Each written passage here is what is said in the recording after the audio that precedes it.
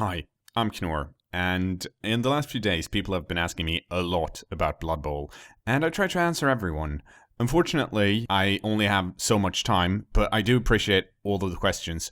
I figured it would be easier for me to show you some of my BloodBowl thinking and strats rather than just answer everyone individually, so here's my beginner's guide to BloodBowl. We're going to cover three things today. First, I'm going to show you some tips for Cyanide's BloodBowl Chaos Edition that should be enabled but aren't, and we're going to enable them.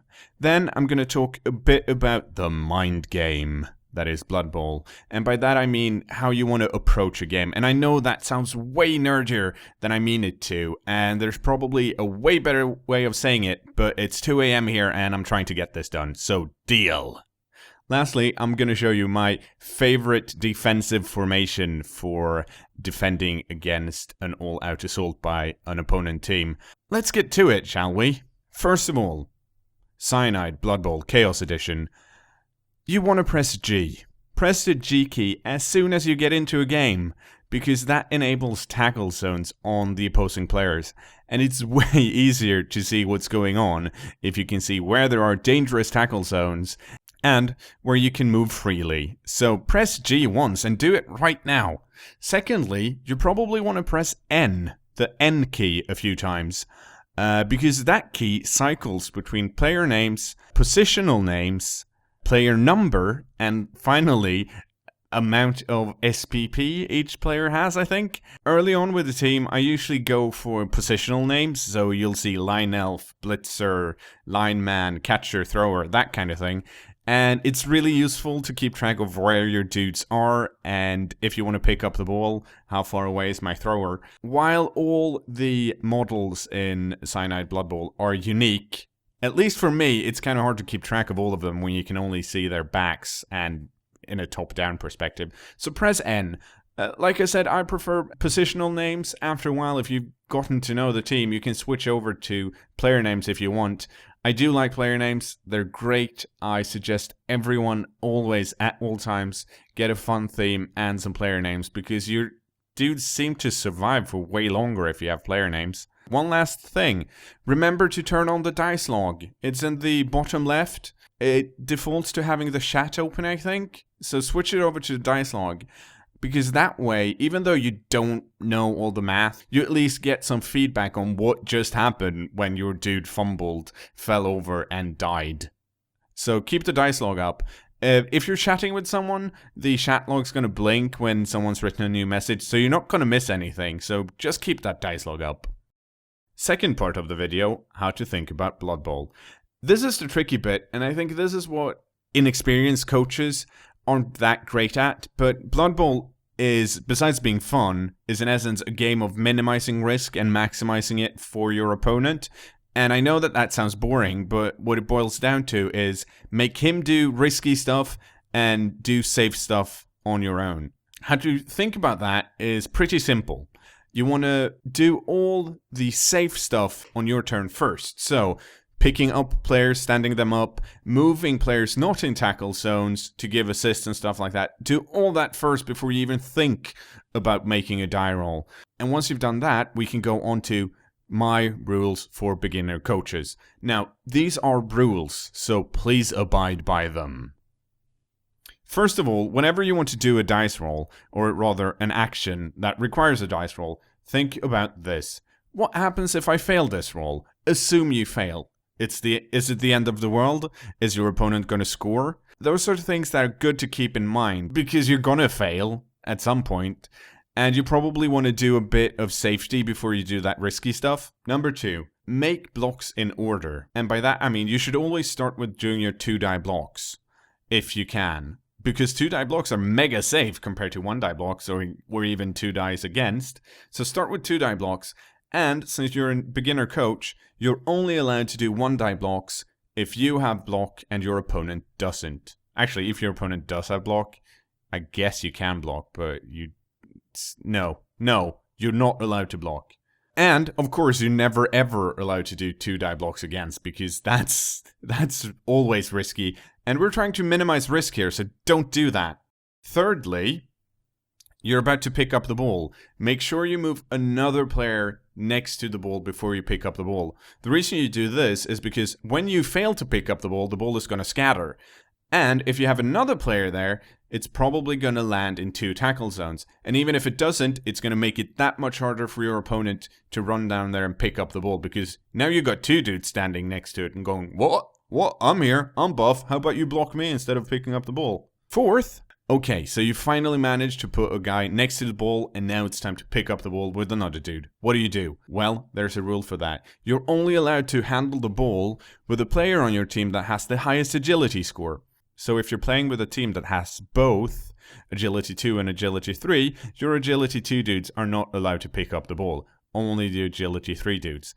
If you only have Agility 3 dudes, which is pretty darn common, only players with sure hands are allowed to pick up the ball. And if you have neither of those, whoever is closest and has Agility 3, if you're an elf team, you've got Agility 4, so pick up the ball with one of the elves.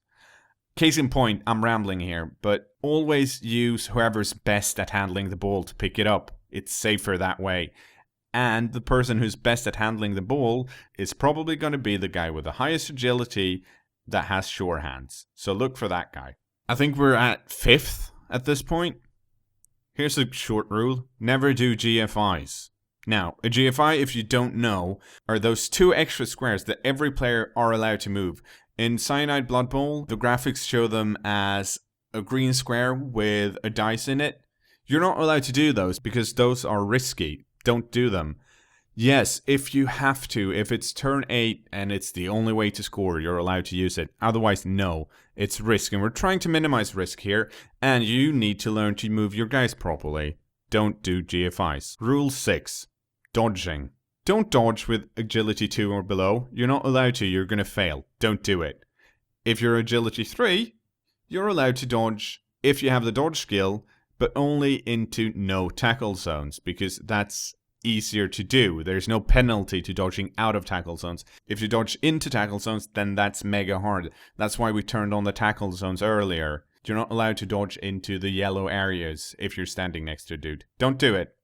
Even if you are an elf and have Agility 4, don't do it. It's really risky. Even if you're an elf that has Agility 4 and dodge, you should probably think twice about it, because there's probably an easier way to get where you're going. Dodge out and then try to find your way around. Don't just jump through a tackle zone if you don't have to. Actually, like I said, don't dodge. Why dodge? No. Rule 7, I think? Don't stand next to the sideline. See these areas over here and over here? You're not allowed to stand in those because you're going to get surfed. And what that means is that another guy on the opposing team is going to run over and blitz you, and you get knocked out in the crowd. And that guy's at least out for the drive. That's bad. You're not allowed to stand in the sidelines. Don't do it. Whew. 7 really harsh rules. So here's a suggestion. Rule 8, suggestion 1, maybe? Who knows? You want to score touchdowns because that's what wins the game. So, do it. It's fun to score, and it puts pressure on your opponent. And if he's as bad as you are, of course I don't mean bad, I just mean inexperienced, then he's forced to score, and that's risky in itself. Besides, you made it all the way down here. You deserve a touchdown. Go do it, like, right away. Lastly, after 7 really strict rules and 1 good suggestion, here's the last and most important one. You're allowed to break any of these rules whenever you want, as long as you know that it's risky, because that's all I'm trying to convey here. Minimize risk, and I've said it like 3 or 4 times by now, but play as risk-free as possible, I guess. BloodBowl is fun. Go for the bullshit plays. When you actually succeed, it's mega fun. And if you thought about the risks beforehand, and you know that, well, this play's probably gonna fail, and you actually succeed, it's even better. So those were my suggestions to become a better BloodBowl coach. And I think you noticed that there was a theme. Just be aware of what's risky and what's not. And that's probably the trickiest part in BloodBowl. Once you figure that out, we can go for the more advanced strats. But before we go, here's my favorite defensive formation. As you probably know, in BloodBowl, when you set up for defense, you need to put 3 dudes at least on the LOS. That's the line of scrimmage. Don't put any more on the line of scrimmage. Unless you're a really beefy strong team, then you're allowed. But my favorite formation has only 3 dudes on the LOS, and then everyone else 2 squares back. And as you can see, I've got them positioned in such a way that it's going to be really tricky for the opposing team to get around them. Sure, they get to block down my 3 players on the line, but that's going to happen regardless. Then what do they have left? 1 blitz. So that's at worst 4 proper blocks. You can't get much safer than that on a defensive drive, and he's not going to be able to make it through unless he's really lucky, which happens. But I've played Blood Bowl for way too long, and this is the formation that stuck with me from like year 1, I think. It just keeps working, and I know it's really boring to use the same one for everything, but that's just what I do. I'm showing you some variations on this theme. Like, I've been asked how to position Lizardmen, and that's why I'm using Lizardmen right now. And with Lizardmen, you probably want to protect the skinks, so you might want to position it a bit differently, like I'm doing right here, to protect the skinks. I can't really show you an offensive lineup if you're the one to receive the kick, because that depends so much on what the opposing coach has set up as his defensive formation. It's always tricky to put up an offensive formation and say, well, this works, but in general, I'd say keep at least 2 players in the backfield so you can do the whole move 1 guy next to the ball and have another guy pick it up. Don't put everyone on the LOS, because as an offensive team, you want a bit of mobility. You probably want to put more dudes there so you can knock down the 3 people on the LOS. But if it's a strong line, you might not have the strength to knock them down, so don't stand next to them. Just try and be mobile and set up your cage where you want it on your offensive drive. It's tricky, but once you've done it a few times, it gets easier. Trust me.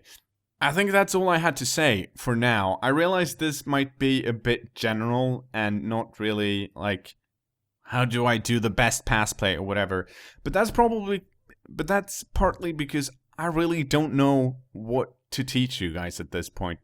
So, if you have any comments, and I hope you do, or questions about anything Blood Bowl related, post them in the comments and I'll try to get to them. If I get enough on a certain subject, I'll try and make another video. But for now, this is just general stuff that every beginner Blood Bowl coach should know and think about. I've been cKnoor. Thanks so much for listening. It's been a great few days for me because I guess that's the Total Biscuit effect. And I hope they have a great time in their league, and I'll try and help out any way I can. Like with this video. Now everyone's going to be amazing at Blood Bowl all of a sudden. Probably. Yeah, that's probably it. May the dice be with you.